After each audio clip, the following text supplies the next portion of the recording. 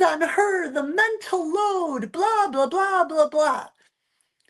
Number one, women are wimpy these days. We are wimps. What our grandmothers and great-grandmothers had to go through, well, maybe not that woman's grandma, but my Italian Nona, the things she had to go through, that was a tough woman. You're tuned in to Kaz TV. We make vows for a reason. They're for when things are hard. 99% of the women who are out there are not divorcing because he's smacking her around every weekend. That's not how it works. They're mad about the money. They don't like the way he doesn't listen to her. She doesn't think he does enough with the kids. Everything's on her, the mental load, blah, blah, blah, blah, blah. Number one, women are wimpy these days. We are wimps. What our grandmothers and great-grandmothers had to go through, well, maybe not that woman's grandma, but my Italian Nona, the things she had to go through, that was a tough woman. And she showed the value of hard work and of commitment. And the commitment is the prerequisite. It's the bottom level to reaching the heights of a fully joyful, the best part of my life marriage. But commitment, no matter what, that's the rock bottom bedrock. So that's what the modern culture, that's what Satan's trying to do. Let's get rid of it. Commitments, whatever it is, whatever you want. If you don't feel like it today, it's a Tuesday, it doesn't matter. That's not how this works. And again, I get it that permanency of marriage can lead to paralysis because you don't want to make the wrong decision. But if we bring healthy younger women with not as much trauma and with a good family life, and healthy younger men, let me tell you, I'm not an advocate for super young marriage. I like to say younger marriage. Okay.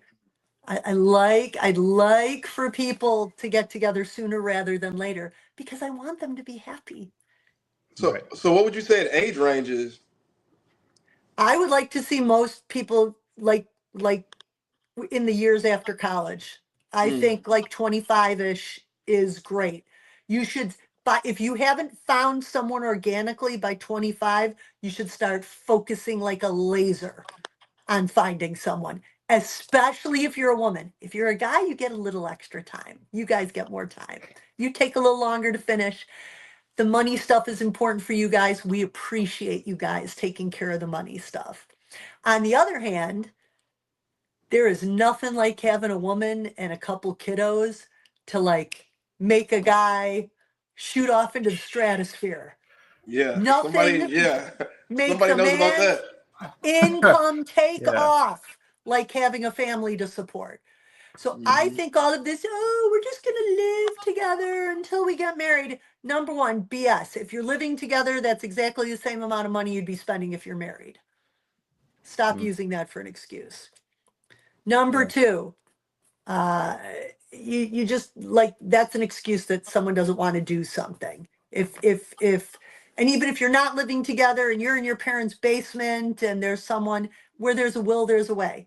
When my husband and I got married in 1989 and I was 21 and he was 23 and we were both in law school, Christopher, we were going to law school together. We lived in the crappiest apartment and we didn't, like, we would have to count the change and make sure we had enough change to do laundry. And if we didn't, we'd drive home to his mother's and ask if we could use her washing machine because we didn't have enough money. Everyone, this was in downtown Chicago, everyone was going out. Thursday happy hours were big in the 80s. They just sort of started and everyone was going out for a happy hour. One of the girls who's going to law school with us was dating Jim Harbaugh, the quarterback for the Bears at the time. That's and he'd crazy. Sometimes, Quarterback. yeah, Yeah. whichever one it was, whichever Harbaugh. But he'd sometimes come, but like we would literally have to go, do we have $10 in the account? So like we could split a sandwich and each get a drink. Like that's how we were living. And we were happy as clams. And you know what? In 10 years, when we had other financial difficulties, nothing looked that bad because we went through it before. We went through worse before, and we did it. We got through it together, and we did it.